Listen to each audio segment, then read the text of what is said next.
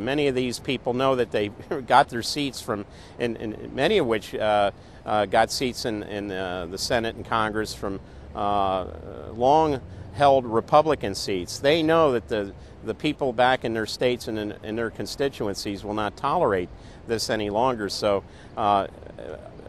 up against the Republicans and the blue dog Democrats are these freshman congressmen, Democratic congressmen and senators, and they're not, they don't seem like they want to go along with the program. So if there's any hope, it'll come from these freshmen. The Constitution says no money shall be drawn from the Treasury but in consequence of appropriations made by law. This money is not drawn from the Treasury. Well, let's talk about that. Do you think it's consistent with the spirit of that provision of the Constitution for a group like the FMOC to hand out $500 billion to foreigners without any action by this Congress? Congress approved it in the Federal Reserve Act. When was that? Quite a long time ago. I don't know the exact date. 100 years ago. The original act is 1914, I believe. I don't know whether this provision was in 1914 or not, but the Federal Reserve Act was in 1913. All right, and at that time, the entire gross national product of this country was well under $500 billion, wasn't it? I don't know. Is it safe to say that nobody in 1913 contemplated that your small little group of people would decide to hand out $500 billion to foreigners? What the bailout legislation really did was give a blank check backed up by U.S. taxpayers to offshore megabanks. Of course, Congress has oversight. If you read the Constitution, our founders were very clear. Anything to do with taxes and money is put into the hands of both houses of Congress together. Both houses of Congress together must approve it. Because it's a buck, because that's why we fought the revolution. Taxation without representation was part of it. Foreign banks, Société Générale of France, about 10 billion for a French bank. Deutsche Bank of Germany. Did Deutsche Bank need the money? How much did they get from the bailout? Well, they told us they got $12 billion from the bailout. And Barclays Bank of Britain, 10 billion. So you're up to almost $50 billion to bail out a series of foreign banks that were derivatives counterparties of AIG, plus Goldman Sachs. This is the biggest swindle, not only in the history of the United States, this is the biggest swindle and transfer of wealth in the history of the Western countries. And we've seen all these cronies from Wall Street with the combination to the vaults around the country, and they've just looted the Treasury and the banks and the securities industry dry. This is by probably an order of magnitude the biggest fraud in history. Over the next 10 months, $23.7 trillion was stolen from the U.S. Treasury. The gentleman from North Carolina, Mr. McHenry. Thank you, Mr. Chairman. And the tune of $23.7 trillion worth of taxpayer exposure for the bailouts is quite striking. The calculation right now is that with Obama, we've got $24 trillion as a line of credit available only to Wall Street banks, insurance companies, credit cards, mutual fund companies, and others, but only financial institutions. $24 trillion of money from the Federal Reserve, from the Federal Deposit Insurance Corporation, and from the Treasury in the form of the bailout of October 2008.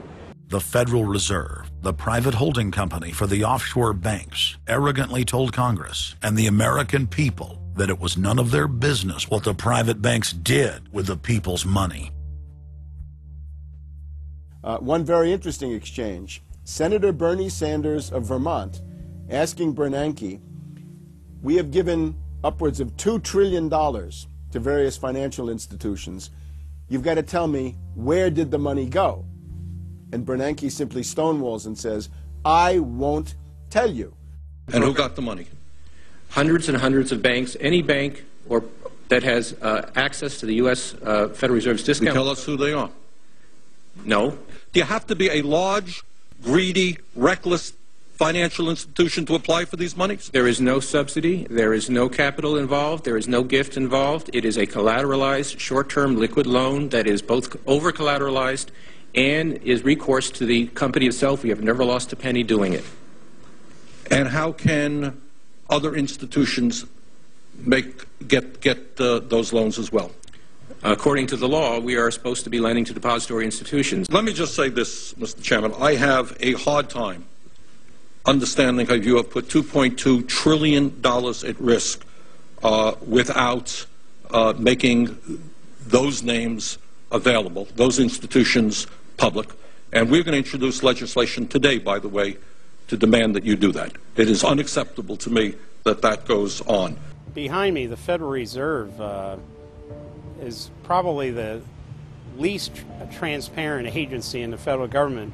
One could even argue that the Central Intelligence Agency is more transparent than the Federal Reserve. The fact is that the American people want to know more of the secrets of the temple, as the book was before you were born, The Secrets of the Temple.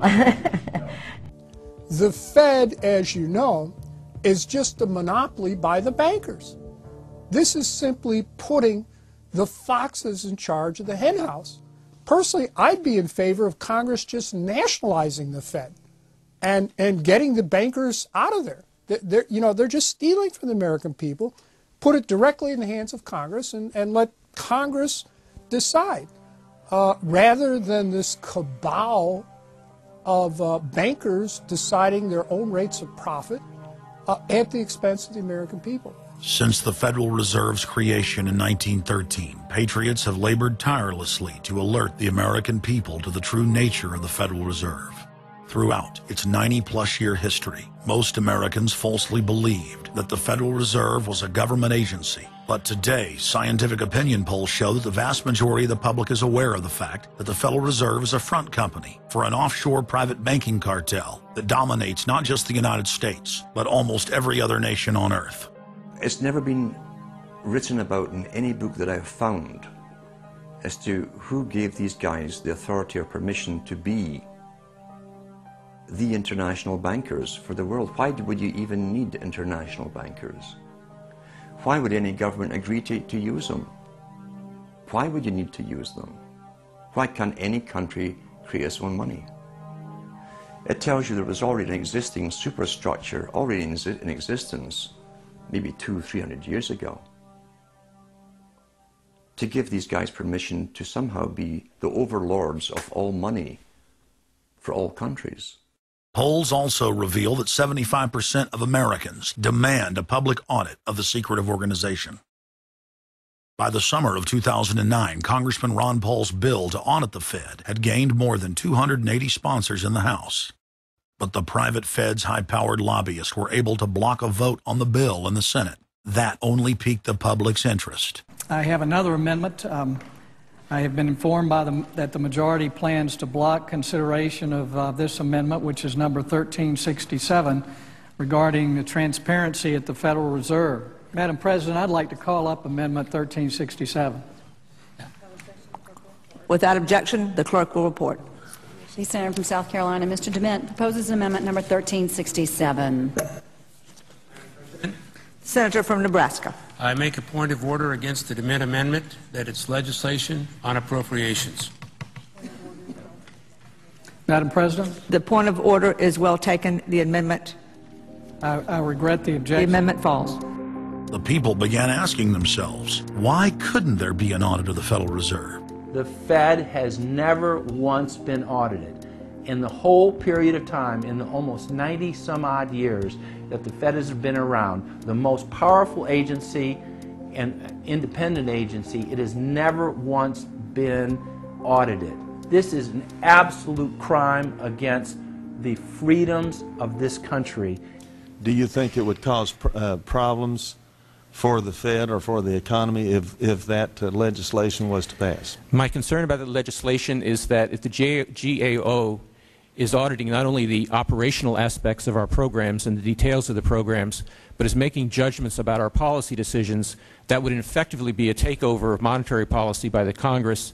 Is that your position, that This bill, if it were to be passed, would interfere directly with interest rates, setting interest rates? If we were to raise interest rates at a meeting and someone in the Congress didn't like that and said, I want the GAO to audit that decision, wouldn't that be viewed as an interference? I wouldn't think so. This is just reviewing it, and you can do what you want. The Federal Reserve has never been subjected to an outside audit. And if you audit them, it's very likely that Greenspan, Bernanke, and Volcker might all go to jail. It was